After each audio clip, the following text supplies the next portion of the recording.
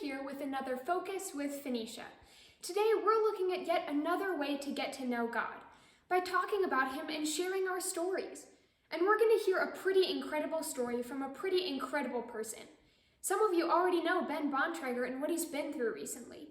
And from what I've heard, he's got quite a story to tell. Hi, Ben. Ben, thank you so much for being willing to share your story with us today. You're welcome. Where do you want to begin your story?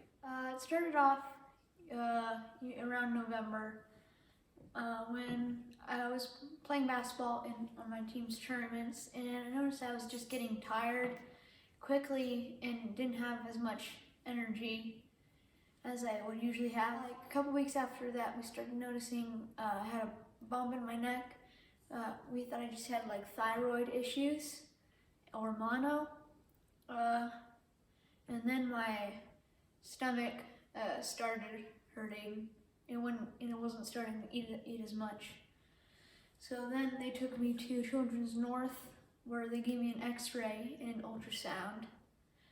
And then from there, my mom drove me to Children's Hospital, and that's where they diagnosed me with Burkitt's lymphoma. I heard that you picked out a Bible verse for your fight against cancer. What was it, and why did you choose that Bible verse? When my first year at Idrahaji, the main Bible verse we used was Joshua 1:9. It was, be strong and courageous, do not be afraid, do not be discouraged, for the Lord your God will be with you wherever you go. And I just really liked that one. I thought that really matched what I was going through. So whenever I was nervous or scared, I would just like repeat that verse in my head and help me. When you felt afraid, what helped you? Usually at night it would be praying. And then during the day it would usually be talking. So I was really lonely, so I brought my stuffed animal monkey and I would just pretend to talk to him. When you felt you needed strength and courage, what helped you? Just being with my mom, just like sitting next to her and talking with her, or watching a movie with her, that really helped me get ready for the next day. In January, at the start of all this, on your Caring Bridge site, your mom said, we'll take it one day at a time. How did you take it one day at a time? Usually in the morning, I would just know everything that's going to come today and just try to push through those moments. And at the end of the day, I would get ready for what I'll be doing tomorrow, the next day. So whether it be a bag of chemo or a cup of pills, just anything, I just get through it. And what was a prayer you prayed that you saw answered?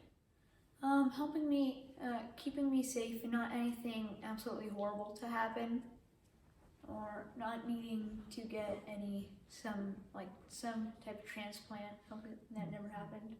On your Caring Bridge site, your dad said, this past week has been the worst and the best. What was one of the worst things you experienced, and what was one of the best things you experienced? One of the worst things I experienced was, I was up in a cabin in the mountains, and then I came down with a really high fever, so then I had to get rushed to the hospital, and then they had to access my port, which they missed once, which really hurt, and then they got it again. And then in the middle of the night, my fever got up to 109, and I had to get an ice bath. That was not fun. Yeah. And then the best thing was probably that it helped me express my feelings more, because before this I was really shy and I didn't like to. Like if my stomach hurt, I wouldn't tell my mom or dad. I would just try to deal with it. But now I've just learned to just tell people if I'm not feeling well, so that the nurses or the doctors can help me. Mm-hmm. What do you think this experience has taught you about God? He can help you in pretty extraordinary ways. It's really cool how God helped me get through this, and just like I never expect my small stuffed animal monkey to help me get through one of my worst moments in my life. Okay, I have to ask, what is the name of your stuffed animal monkey? Well, the name of my monkey is Mono. This is Mono. Thank you, Ben, for sharing your story with me and with all the kids campers. It's been a real honor talking with you. Welcome. Wasn't that an incredible story? Through Ben's story and when we share our own stories, we learn more about ourselves, about life, and about a God who loves us and is with us no matter what.